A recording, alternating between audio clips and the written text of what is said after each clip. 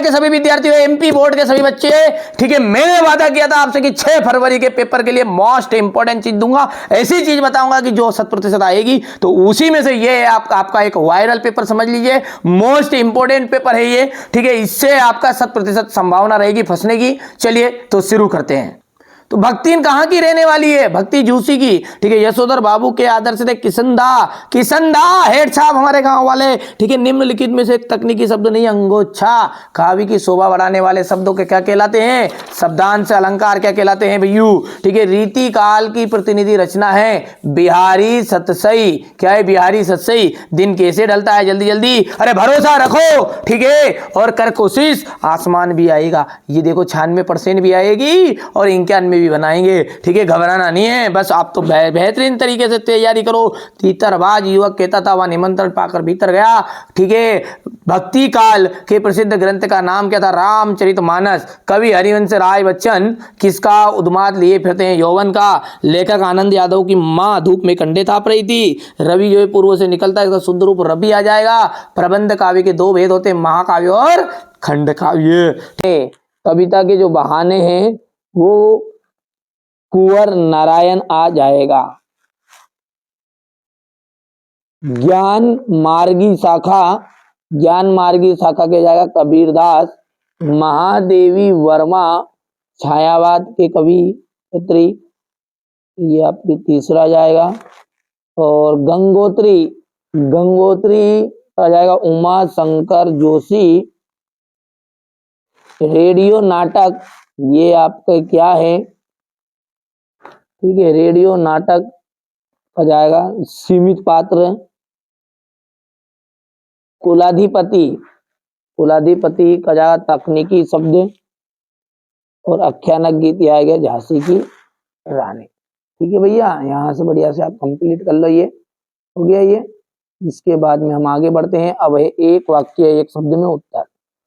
द्विवेदी युग के 2 निबंधकारों के नाम बताइए। तो सरदार पूरन सिंह, श्याम सुंदर दास। यहाँ पे लिख देते हैं सरदार पूर्ण सिंह और श्याम सुंदर दास।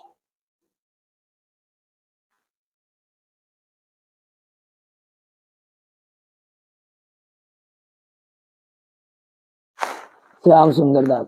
बच्चे किसकी प्रत्याशा में होंगे? बच्चे जो है वो अपनी माता की प्रत्याशा में होंगे।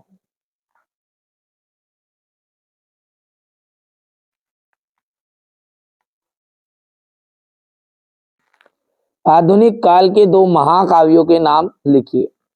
आधुनिक काल के 2 महाकाव्य, एक तो साकेत और दूसरा है आपका कामयानी।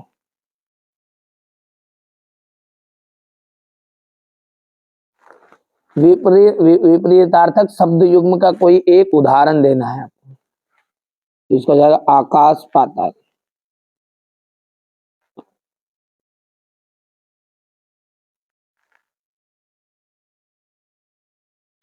हो गया।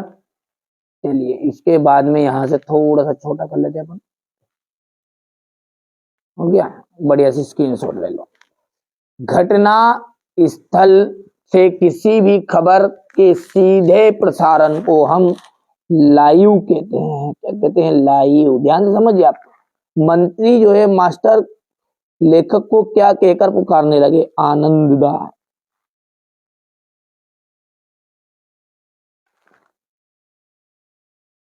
लेखक के पड़ोस में कौन महानुभाव रहते थे? भगत जी। भगत। ठीक है भैया। चलिए तो अब अगला देखते हैं और आगे देखेंगे तो यह है बाजार का जादू आंख की राह पर नहीं करता। नहीं तो आंख की राह पर काम नहीं करता क्या? बिल्कुल गलत बात है भाई साहब। बाजार का जादू चढ़ जाता ऊपर। यानी कि अपन जो पैसे लेके जाते हैं वो ऐसी लुभावनी वस्तु एक देखते से अपना पैसे खर्च करने का मन करता है, इसका मतलब ये बोल रहा है। सिंधु घाटी सभ्यता में पत्थर और तांबे का प्रयोग नहीं होता था, ये आपका असत्य रहेगा। ही तो भी तक आदि निपात शब्द है। ठीक है, ही तो भी ये क्या है? निपात शब्द है क्या? तो ये बिल्कुल आपका सत्य रहेगा। रस के काव्य को आत्मा का कहा जाता है, रस को काव्य की आत्मा कहा जाता है, यानी ये सत्य बात है। जयासी ने ब्रजभाषा में काव्य की रचना की है। जयासी ने जो ब्रजभाषा में काव्य की रचना की है, बिल्कुल ये आपका असत्य रहेगा। कवि बच्चन मंत्री का वेश लिए फिरते हैं, ये आपका छठा हो जाएगा। बाजार अपने को किस प्रकार कृतार्थ करता है? गांव को क्यों और किसकी तरह कांप रहा था? राजा द्वारा कुश्ती लड़ने की आज्ञा मिलते ही दर्शक क्यों क्या करने लगे? लुट्ठन के परिवार का भरण पोषण कैसे करता? अपने परिवार का। लेखिका जो है भक्ति ने लेखिका को कब और क्या प्रार्थना की? पैसे को देखना। ये सारे जो क्वेश्चन है इनका सॉल्यूशन 2 या 3 दिन के अंतर में दे दूंगा, आप निश्चिंत रहिए।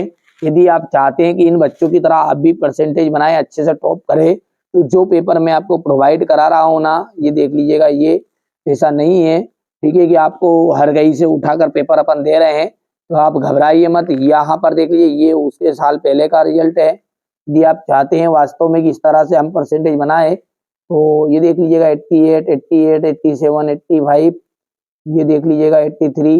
इस तरह का यदि आप भी वास्तव में परसेंटेज बनाना चाहते हैं, तो जो चीजें बता रहा हूं ना, उनको आप कंप्लीट कर लो बस, ठीक है। यहाँ से देख सकते हैं अच्छे लेखन की मुख्य विशेषता है।